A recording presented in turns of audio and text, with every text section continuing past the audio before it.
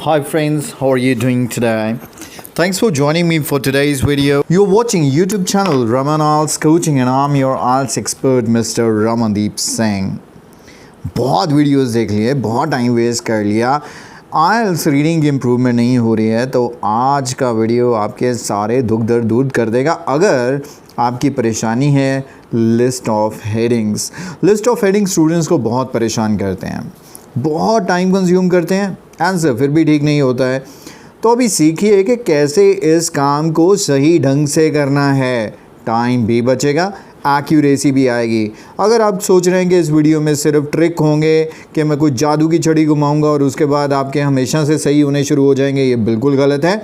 हाँ, मैं आपको समझाऊंगा सबसे इफ़ेक्टिव तरीका करने का, और ये तरीका आप इस वीडियो में प्रैक्टिकली ऑब्ज़र्व भी करेंगे कि मैं कैसे वो यूज़ करता हूँ और आंसर ढूंढने में आपकी हेल्प करता हूँ। और अगर आप इसे इम्प्लीमेंट करेंगे तो फिर वाकई गारंटी है कि आपके हमेशा ही सभी के सभी आंसर करेक्ट होंगे। Without wasting time let's get on to the passage itself, जो कि बात कर रहा है the desalinator producing clean water.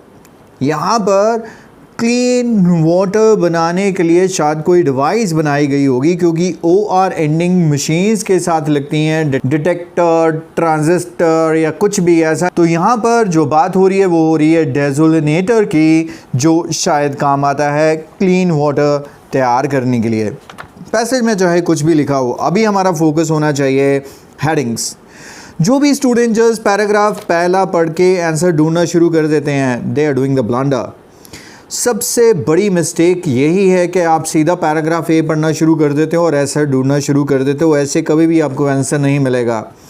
The first thing that you should be doing it, पहली बात तो अपने अंदर थोड़ी सी पेशेंस लाइए, और सबसे इम्पॉर्टेंट चीज़ है कि वैल्यू क्वेश्चन को देनी सीखिए बजाय के आंसर ढूंढने को। आपकी इन्वेस्टमेंट जो है वो ज़्यादा क्वेश्चन को अंडरस्टैंड करने में होनी चाहिए, बजाय कि आप आंसर को ही ढूंढते रहें। जो बच्चे क्वेश्चन को अच्छे से अंडरस्टैंड कर लेते हैं, उन्हें आंसर ढूंढने में फ्यू सेकंड से ज़्यादा नहीं टाइम लगता।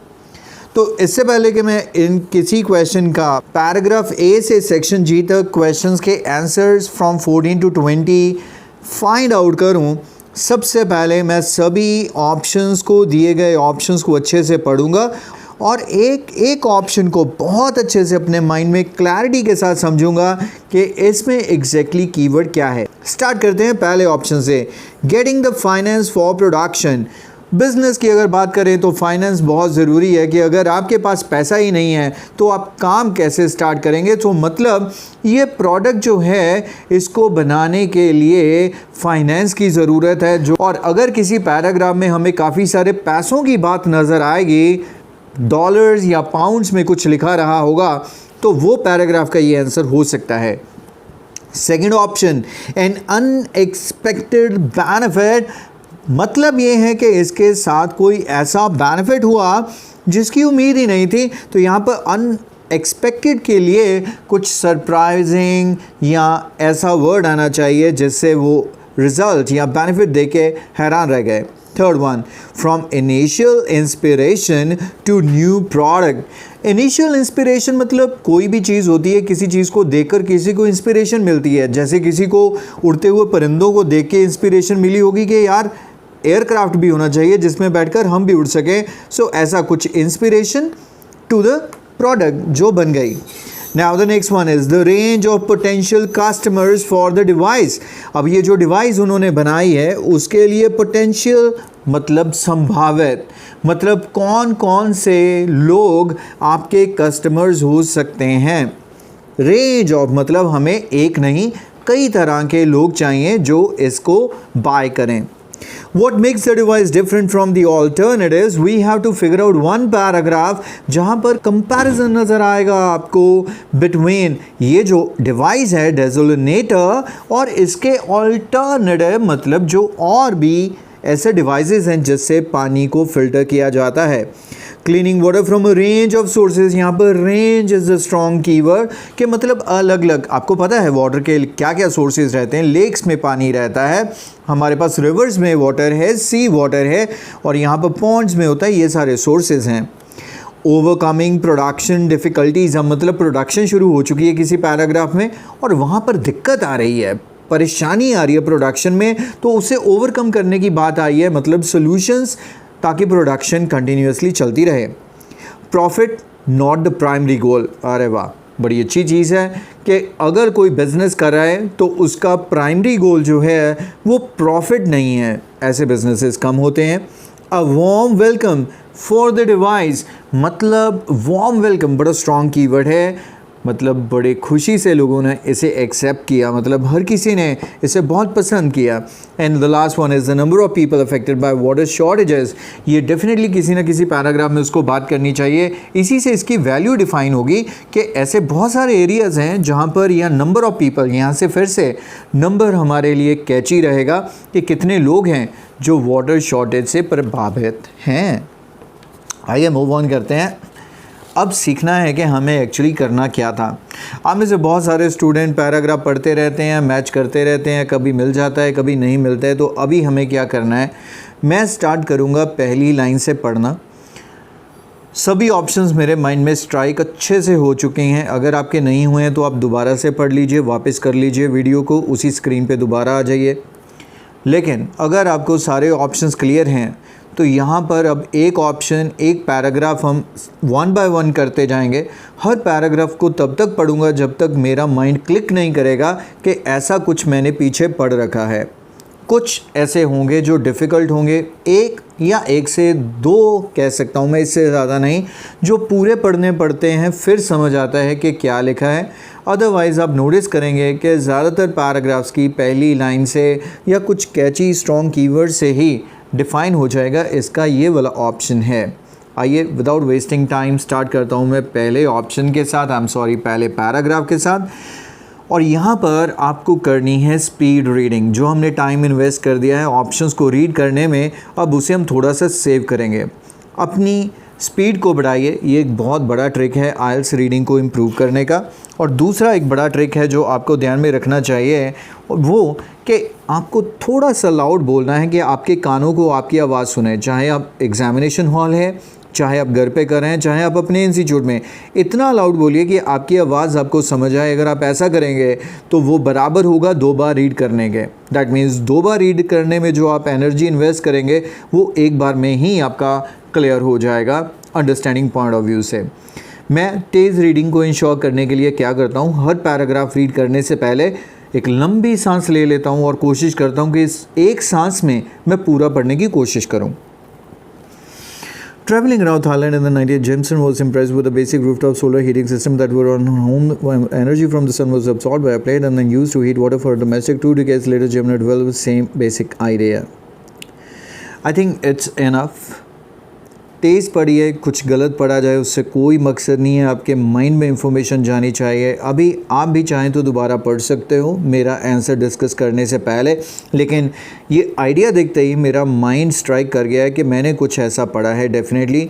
ये बंदा कहाँ था, हॉलीडेज़ पे था, ट्रैवलिंग कर रहा था थाईलैंड में और इम्प्रेस हो गया ये रूफटॉप पर हीटिंग सिस्टम देखकर।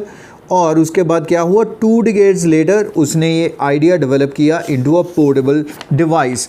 तो शायद आपको याद होगा हमने एक ऑप्शन पढ़ा था न्यू प्रोडक्ट इंस्पिरेशन के साथ, ये रहा third option, from initial inspiration to new product. मतलब थाईलैंड में जो छुट्टियों के दौरान उसने जो चीज़ देखी उससे मिली उसे inspiration. So third would be the correct answer. Let's get on to paragraph B. The desalinator operates as a mobile desalination unit that can take water from different places such as sea, river, and I think it's enough, and purify. It is particularly valuable in regions with natural underground reserves have been polluted and only so. I think we really don't need to read further. यहाँ से बिल्कुल clear है कि वो बात कर रहा है डिसैलिनेशन की, और वो भी वाटर का जो डिफरेंट प्लेसेस, मतलब इन डिफरेंट सोर्सेज से मिलता है। एंड एग्जैक्टली जो 6th ऑप्शन हमने देखा था, cleaning water from a range of sources, that would be the correct answer. Now the paragraph C which is quite a lengthy one. Let's see कि हमें पहली लाइन से कुछ मिलता है या नहीं। The desalinator can provide 15 liters of drinking water per day, enough to sustain a family for cooking and drinking. And main selling point is that unlike standard desalination techniques, it doesn't require a generated power supply, just sunlight. तो यहाँ पर अगर आप ध्यान से देखिए तो एक दिन में ये 15 लीटर जो एक फैमिली के लिए एनफ है। और ये अनलाइक बहुत अच्छा वर्ड है। अनलाइक मतलब दूसरों से हटकर, अनलाइक स्टैंडर्ड जो टेक्निक्स हैं उससे ये डिफरेंट है क्योंकि ये सनलाइट पे चलता है। यहाँ पर मेरे को एक चीज़ तो क्लियर होगी, ये कंपैरिजन करने की कोशिश कर रहा है, मैं देख लूँ और क्या लिखा है इसने। इट मेजर्स 120, इसकी बता रहे हैं कि देखने में कैसा है। इसको व्हील भी लगे हैं। वाटर इंटर पाइप्स, अच्छा इसकी एक्सप्लेनेशन आ गया कि इसमें क्या होता है। Water once water flow, okay ठीक है। The device has a very simple filter, यहाँ तक भी वही चीज़ है। And another this performance is shown on LCD. इससे अलावा इसने कुछ भी नहीं कहा। थ्रू आउट इसने जस्ट बताया है कि ये दिखने में कैसा है और इसका मैकेनिज़्म कैसा है, लेकिन इसका जो भी मैकेनिज़्म है it's unlike the standard techniques, मतलब जो नॉर्मल रूटीन में आपको चीज़ें नज़र आती हैं, टेक्निक नज़र आती है फॉर डिसैलिनेशन, ये वैसा नहीं है। So it is different and that is fifth जो हमने पढ़ा था, what makes the device different from the alternatives, क्योंकि ये एक डिफरेंट टेक्निक का इस्तेमाल करता है। Once Now, let's move on to paragraph D. I hope you are understanding how much time we have saved by investing little more time on understanding the headings properly. A recent analysis found that at least 2/3 of the world's population live with severe water scarcity for at least a month every year. Jimson says that by 2030, half of the world's population will be living with water stress. ये बहुत important word है, अगर आपको नहीं पता है, water stress और water scarcity ये दोनों एक terminologies का इस्तेमाल होता है। अगर आपको राइटिंग टास्क भी आ जाए, you should be well aware of this कि water scarcity is a big problem. तो वो जस्टिफाई कर रहा है अबाउट द पॉपुलेशन, कितने लोग हैं 2030 तक हो जाएंगे, और एट प्रेजेंट भी कितने लोग हैं जो वाटर स्कैर्सिटी को फेस कर रहे हैं। And I hope you remember we read one of the option and that is the 10th number. मैंने कहा था कोई ना कोई नंबर ज़रूर मिलेगा, और वहाँ पर है 2/3 and affected by water shortages. So this is also way of the writer to write the things. Numericals को सीधा भी लिख सकते हैं, या वो रेशो या ऐसे करके, या वर्ड्स में नंबर्स को लिख देते हैं so that you do not identify them that easily. Let's get on to paragraph E and check out what would be the option for this one. The device is aimed at a wide variety of users, from homeowners in the developing world who do not have a constant supply of water to people living off the grid in rural parts of the world. I think once again आपको further पढ़ने की ज़रूरत नहीं है, और पढ़ने की ज़रूरत नहीं है, इसका रीज़न आप अच्छे से समझ लीजिए। आप जो ऐसे भी लिख रहे होते हैं उस पूरे ऐसे को एक इंट्रोडक्शन देते हैं और उसके बाद आपको क्लियर हो जाता है कि ये ऐसे इसी चीज़ पर बेस्ड है।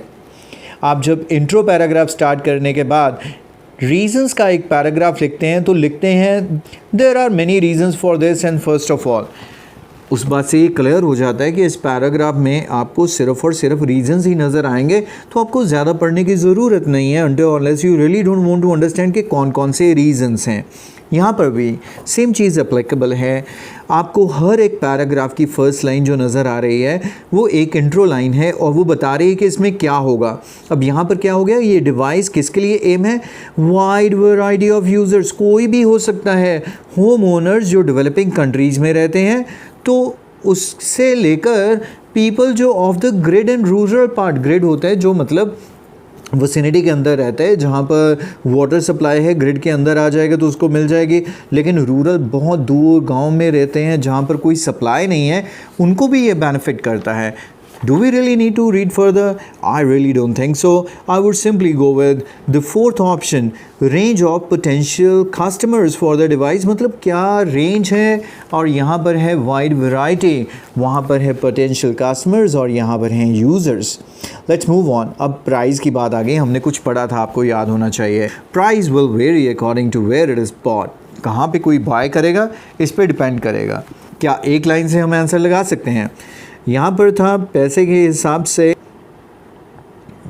गेटिंग फाइनेंस में भी एक पैसे की बात हुई थी, एंड 8th ऑप्शन में प्रॉफिट लिखा है और पैसे की बात हुई, यहाँ पर भी हुई है। थोड़ा सा और रीड करना पड़ेगा इसका मतलब। In the developing world the price will depend on what deal aid organisation can negotiate. मतलब जो डेवलपिंग कंट्रीज़ हैं, फॉर एग्जांपल इंडिया, तो यहाँ पर तो डिपेंड करेगा कि एड ऑर्गेनाइजेशन मतलब जो हेल्प करना चाहती हैं ऑर्गेनाइजेशन वो क्या नेगोशिएट करती हैं, मतलब कितनी हेल्प देती हैं। In develop countries it is likely to come 1000, मतलब अगर आप अमेरिका में हैं तो समझ लीजिए आपको 1000 पे करना पड़ेगा। वी आर अ वेंचर, अब ये जो इन्वर्टेड कॉमर्स में है दैट मीन्स ये राइटर खुद लिखने की और बताने की कोशिश कर रहा है, शायद ये वही बंदा है जिसने किया है इसको डेवलप। यस, विलियम जेनिसन, वो देखिए पहले ही हेडिंग वाली पहली ही इंट्रोडक्शन लाइन में भी इसका नाम है। We are a venture with social mission, यहाँ से बात क्लियर हो गई। हम एक सोशल मिशन पर हैं, मतलब हम सोसाइटी के लिए कुछ करना चाहते हैं। We are aware that the product we have envision is mainly finding applications in developing world and humanitarian sector and that this is a way we do realize though that to be a viable company there is a bottom line to keep in mind. Okay, I think there is no more we need to read. Envision is होता है कि हमारी ये क्या दूरदृष्टि क्या है, हम क्या चाहते हैं, हम डेवलपिंग कंट्रीज़ में ह्यूमैनिटेरियन सेक्टर में इसको हेल्प करना चाहते हैं। बट एक सिंपल सी बात है, सोशल मिशन पर हम निकले हुए हैं, और जब आप सोशल मिशन पर होते हैं प्रॉफिट आपका कभी भी एम नहीं होता। So I would go with this option that is the 8th option, profit not the primary goal. Finally, the company itself is based at Imperial College London, although Jensen, its chief executive, still lives in the UAE. It has raised this much of pounds in funding so far. Within 2 years, he has the company aimed to selling 1,000 a unit, mainly in the monetary field. And once again, तो ये जो बचा हुआ option बन जाना चाहिए, क्योंकि यहाँ पर फंड रेज़ की बात हो रही है। अभी तक उसने इतने पैसे रेज़ कर लिए हैं और 1000 प्रोडक्शन उसकी सेलिंग का है इस मंथ का, और getting the finance for production is undoubtedly the correct answer. और यहाँ पर आप बिल्कुल भी फंसिएगा मत कि ओवरकमिंग प्रोडक्शन फैसिलिटीज़, ऐसा कुछ भी इसने नहीं दिया है। एंड आई बिलीव कि आज के इस छोटे से एक्सरसाइज ने आपको काफ़ी हेल्प किया होगा, आपको और भी अच्छे से समझ लगेगा अगर आप कुछ और पैसेजेस ऐसे ही प्रैक्टिस करें जिनमें आपको हेडिंग्स नज़र आएँ। अगर आप चाहते हैं कि थोड़े दिन मैं आपके लिए ऐसे ही कुछ वीडियोस बनाऊं to clarify your doubts related to the headings in the IELTS reading, then definitely give me a thumbs up and mention in the comment section. At the same time you can purchase my complete course for IELTS academic, and that is IELTS academic success. अगर आप हैं GD students तो IELTS GD success definitely buy कर लीजिए। एक बहुत ही reasonable cost पर अवेलेबल ये प्रोग्राम आपकी IELTS प्रेपरेशन में 100% help करेगा। Thank you very much for joining guys. Take care of yourself and bye bye for now.